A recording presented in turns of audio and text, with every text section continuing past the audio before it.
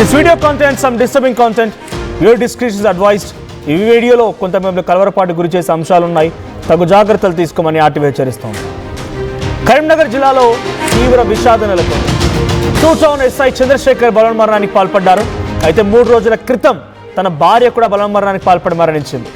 జమ్మికుంట మండలం సీతంపేటలోని అత్తారింట్లో ఇప్పుడు ఆ ఎస్ఐ కూడా బలవన్మరణానికి పాల్పడి ఇక్కడ కనిపించే ఫోటోలో కనిపించే వ్యక్తులే ఇప్పుడు భార్యాభర్తలు.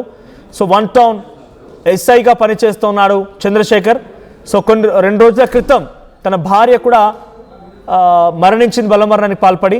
సో 5 రోజుల క్రితం చంద్రశేఖర్ భార్య దివ్య కూడా బలవన్మరణానికి పాల్పడింది. ఏకంగా గన్నేరు పప్పుని దంచుకొని తిని బలవన్మరణానికి పాల్పడింది. ఆ మరణ వార్త విని తట్టుకోలేనటువంటి చంద్రశేఖర్ నిన్న ఆయన కొంత అనుమానాస్పదంగా కనిపించాడు. ఆ తర్వాత ఇంట్లోకి వెళ్ళి ఎంతకు బయటికి రాకపోయేసరికల్లా డోర్ బద్దలు కొట్టి చూస్తే బలవన్మరణానికి పాల్పడ్డాడు. వెంటనే జమ్మికుంటలోని ప్రైవేట్ హాస్పిటల్ తరలించే లోపే ముందుగానే ఆయన మరణించినట్టు తెలుస్తోంది. సో దివ్య చంద్రశేఖర్ ఇద్దరు చనిపోవడంతో తమ 2 పిల్లలు కూడా అనాథలైపోయారు.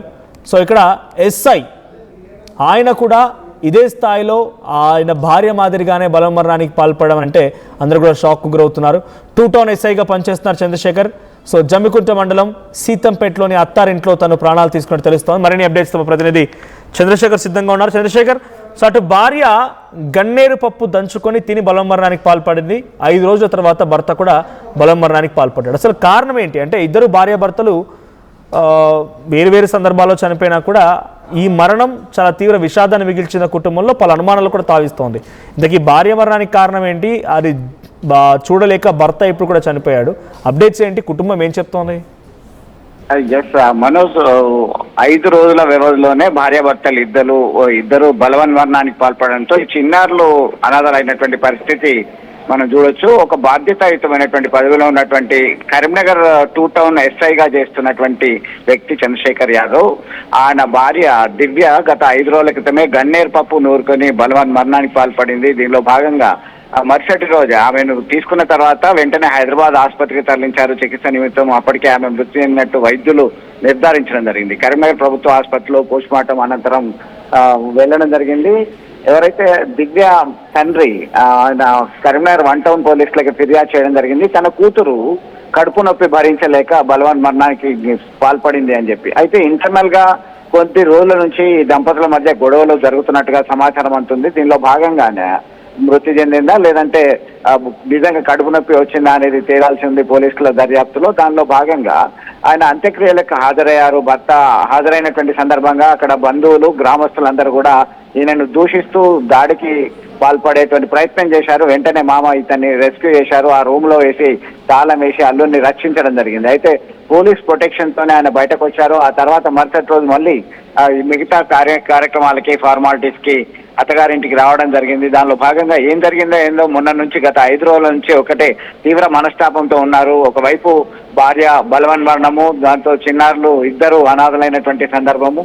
మరొక వైపు పోలీస్ డిపార్ట్మెంట్ లో ఉన్నటువంటి చంద్రశేఖర్ యాదవ్ భార్యను ఇట్లా బలవన్మరణానికి ఎలా పాల్పడింది అనేటువంటి చర్చ జరుగుతున్నటువంటి నేపథ్యంలో మరి ఎట్లా ఫీల్ అయ్యాడో ఏంటో తెలియదు కానీ తీవ్ర మనస్తాపానికి లోనైనటువంటి ఎస్ఐ చంద్రశేఖర్ యాదవ్ సైతం ఉదయం బలవన్మరణానికి పాల్పడినటువంటి ఘటన విషాదాన్ని నింపింది. అతన్ని డోర్ కొట్టి చూసేసరికే ఆయన విగతజీవిగా ఉన్నాడు. వెంటనే ఏదైనా ఉందేమో హోప్స్ అని జమ్మికుంట ఆసుపత్రికి తరలించి చూసేసరికి నో మోర్ అని చెప్పి వైద్యులు చెప్పారు.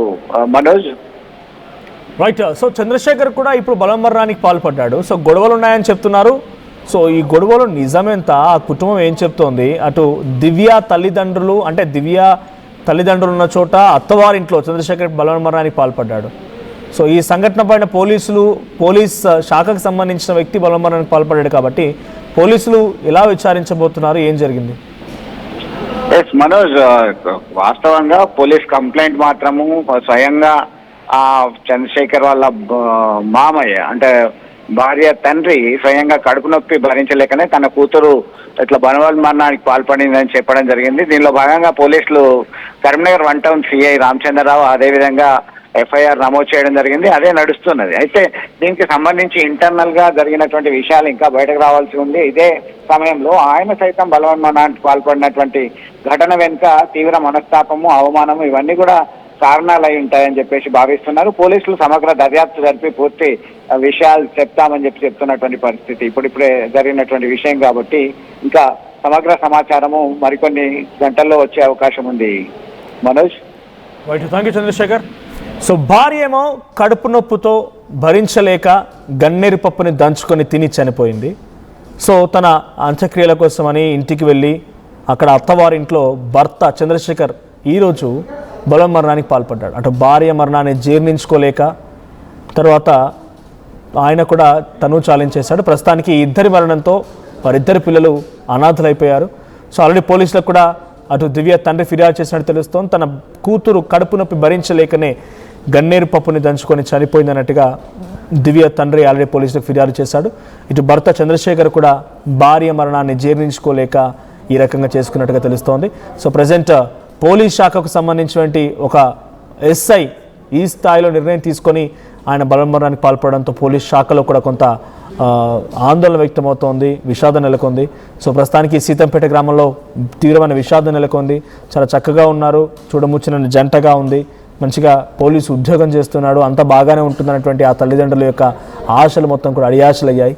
సో ఇప్పుడు ఆ కుటుంబంలో తీరని దుఃఖ సంద్రంలో మునిగిపోయారు. ఒకసారి అక్కడికి పోలీసులు చేరుకున్నారు సంఘటన స్థలానికి. వారితో అక్కడ చంద్రశేఖర్ బంధువులు, దివ్య బంధువులు మాట్లాడుతున్నారు. సో ఇద్దరు భార్యాభర్తలు చనిపోవడంతో కుటుంబంలో విషాదంతో పాటుగా అటు పిల్లలు కూడా అనాథలైపోయారు, గుండెలు పగిలిలా ఏడుస్తున్నారు. ఒకసారి దృశ్యాలు చూద్దాం.